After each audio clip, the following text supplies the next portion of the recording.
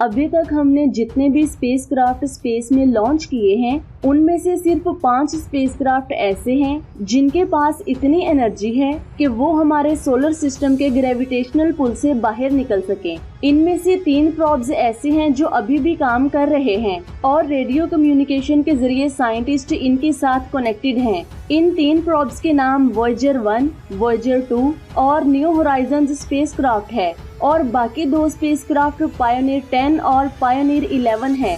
ये दोनों स्पेसक्राफ्ट बहुत ज्यादा खराब हालत में हैं। इनसे हमारा कोई भी राब्ता नहीं है। वैसे तो साइंटिस्ट हजारों प्रोब्स, स्पेसक्राफ्ट्स और सैटेलाइट्स स्पेस में भेजते रहते हैं। ये ऑब्जेक्ट्स हमारी जमीन के ग्रेविटेशनल पुल को क्रॉस कर लेते हैं, लेकिन सूरज का ग्रेविटेशनल पुल बहुत ज्यादा स्ट्रॉन्ग है, जिसकी वजह से सोलर सिस्टम का हर ऑब्जेक्ट हमारे सूरज को ऑर्बिट करता है। हमारे सूरज का मैस जमीन के मुकाबले में 3 लाख गुना ज्यादा है, जिसकी वजह से सूरज के ग्रेविटेशनल पुल को एस्केप करना और भी मुश्किल है। इतने पावरफुल ग्रेविटेशनल पुल को एस्केप करने के लिए हमें फास्ट लॉन्च स्पीड की जरूरत होती है और इसके साथ साथ प्लैनेट्स के ग्रेविटेशनल फोर्स की मदद से हम स्पेसक्राफ्ट को सोलर सिस्टम से आगे पुश कर सकते हैं। अगर हम वॉयेजर 1 की बात करें तो ये वॉयेजर 2 और न्यू होराइजन स्पेसक्राफ्ट से भी आगे निकल चुका है। ये स्पेसक्राफ्ट वॉयेजर 2 से 18.8 बिलियन किलोमीटर के फासले पर है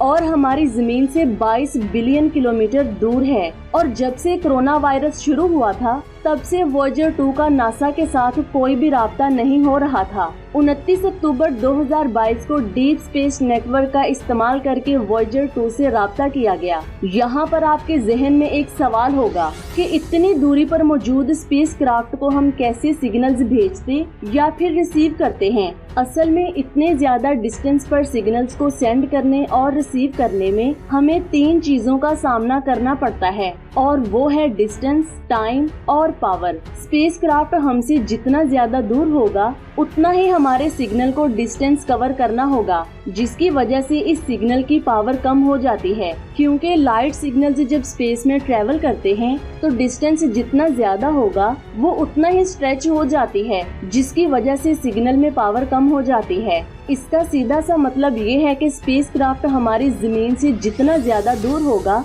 उसके पास सिग्नल्स का पहुंचना उतना ही ज्यादा मुश्किल होगा और टाइम भी उतना ही ज्यादा लगेगा। इसके साथ साथ एनर्जी भी ज्यादा लगेगी। अब यहाँ से हमारी मुश्किल शुरू होती है। बेसिकली जब इलेक्ट्रोमैग्नेटिक सिग्नल अपने सोर्स से निकलता है तो वो स्फेरिकल शेप में बाहर निकलता है। जब भी स्पेस में कोई सिग्नल जाता है तो वहाँ वेव्स की सूरत में बैकग्राउंड नॉइस बहुत ज्यादा होता है, जो हमारे सिग्नल के मैसेज को डिस्ट्रॉय कर सकते हैं। और अगर स्पेसक्राफ्ट पर लार्ज डिटेक्टर्स होंगे तो वही इन सिग्नल्स को अच्छे से रिसीव कर सकेंगे और जहाँ से ट्रांसमिशन हो रही होगी वहाँ जितने ज्यादा पावरफुल ट्रांसमीटर्स होंगे उतना ही अच्छा होगा। नाउ अनफॉर्चुनेटली जो स्पेसक्राफ्ट हम लॉन्च कर चुके हैं उनके हार्डवेयर में हम कोई भी चेंजिंग नहीं कर सकते। लॉन्च होने के बाद उसमें वही हार्डवेयर रहेगा जब तक हम कोई ऐसी टेक्नोलॉजी नहीं बना लेते कि हम स्पेस में किसी एस्ट्रोनॉट को भेजकर स्पेसक्राफ्ट का हार्डवेयर अपडेट कर लें।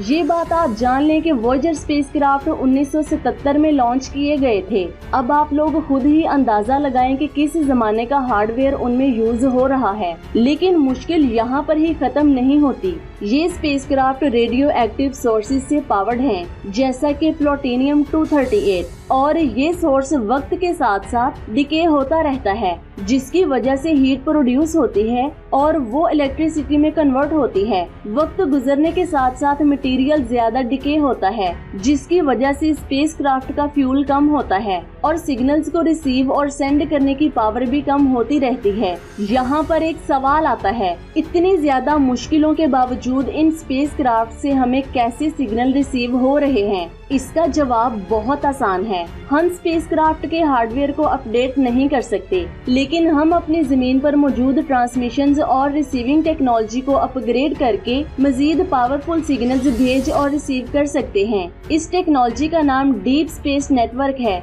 जो रेडियो एंटीनास का कलेक्शन है जो कायनात में दूरी पर मौजूद स्पेसक्राफ्ट से राब्ता करने के लिए डिजाइन किया गया है। यहाँ पर मैं आपको बता दूं कि पूरी दुनिया में ऐसे 3 मेजर एंटीनास मौजूद हैं। इनमें से एक ऑस्ट्रेलिया में, दूसरा स्पेन में और तीसरा कैलिफोर्निया में मौजूद है। ये तीनों एंटीनास इक्वल डिस्टेंस पर मौजूद हैं। इससे ये फायदा होता है कि स्पेसक्राफ्ट स्पेस में जिस जगह पर भी मौजूद होगा तो इनमें से एक न एक एंटीना डायरेक्ट उस स्पेसक्राफ्ट की तरफ होगा। इस वक्त वॉयेजर 1 और न्यू होराइजन स्पेसक्राफ्ट को इन तीनों टेलीस्कोप्स के जरिए सिग्नल्स भेजे और रिसीव किए जा सकते हैं, लेकिन वॉयेजर 2 को नहीं। ऐसा सिर्फ एक ही वजह से है और वो वजह है 1989 में वॉयेजर 2 को नेपच्यून और उसके जायंट मून के करीब से गुजरना। इसके बारे में हम आगे डिस्कस करेंगे। वॉयेजर 2 वाहिद ऐसा स्पेसक्राफ्ट है जो नेपच्यून और इसके मून के सबसे ज्यादा करीब गया। इसने जो नेपच्यून की इमेजेस कैप्चर की वो बहुत ज्यादा अमेजिंग है।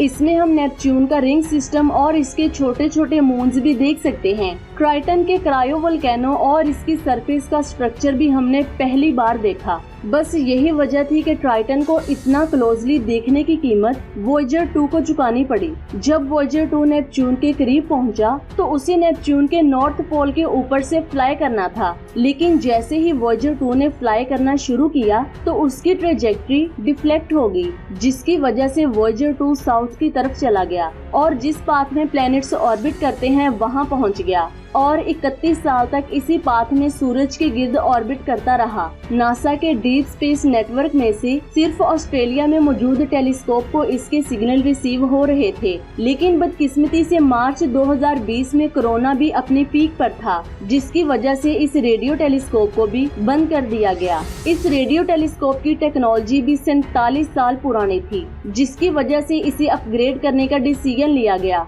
इसके बाद इस टेलीस्कोप ने वो किया जो अब तक कोई भी टेलीस्कोप नहीं कर सका। इसने वॉयेजर 2 से राब्ता किया। ये स्पेसक्राफ्ट अभी भी ऑपरेट कर रहा है और वो अपनी अपडेट्स हमें भेजता रहता है। 29 अक्टूबर 2020 में इस टेलीस्कोप को अपग्रेड कर लिया गया था और साइंटिस्ट ने डिसाइड किया कि इसका टेस्ट किया जाएगा और उन्होंने वॉयेजर 2 को सिग्नल्स भेजने का प्लान बनाया। डीप स्पेस नेटवर्क के प्रोजेक्टर मैनेजर का कहना था कि ये मिशन इतना ज्यादा क्रिटिकल इसलिए है क्योंकि इस टेलीस्कोप का एक एक पार्ट अपग्रेड किया गया है। नासा अपने इस टेस्ट में कामयाब हो चुकी थी क्योंकि वॉयेजर 2 ने हमारे सिग्नल्स का जवाब दिया और ये कंफर्म भी किया कि उसे सिग्नल रिसीव हो चुका है। अगर हम मौजूदा टाइम की बात करें तो वॉयेजर 2 हीलियोपोज को क्रॉस कर चुका है। ये बात आप जान लें, हीलियोपोज हीलियोस्फीयर का आउटर एज है। अगर हीलियोस्फीयर की बात करें तो ये हमारे सोलर सिस्टम को एक बबल की शक्ल में घेरे हुए है।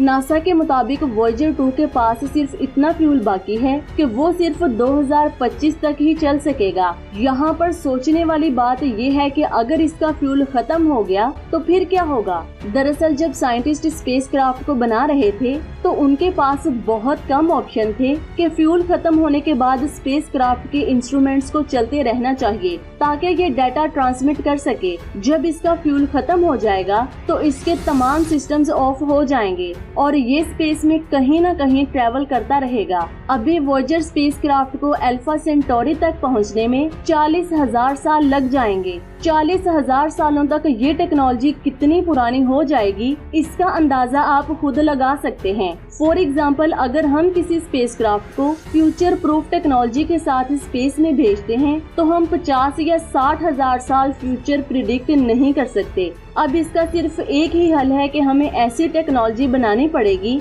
जो लाइट की स्पीड से हमारे स्पेसक्राफ्ट को पुश कर सके। तो ये थी आज की अमेजिंग वीडियो। आपको कैसी लगी नीचे कमेंट्स करके जरूर बताएं। अपना बहुत सारा ख्याल रखें, दुआओं में याद रखें। अल्लाह हाफिज।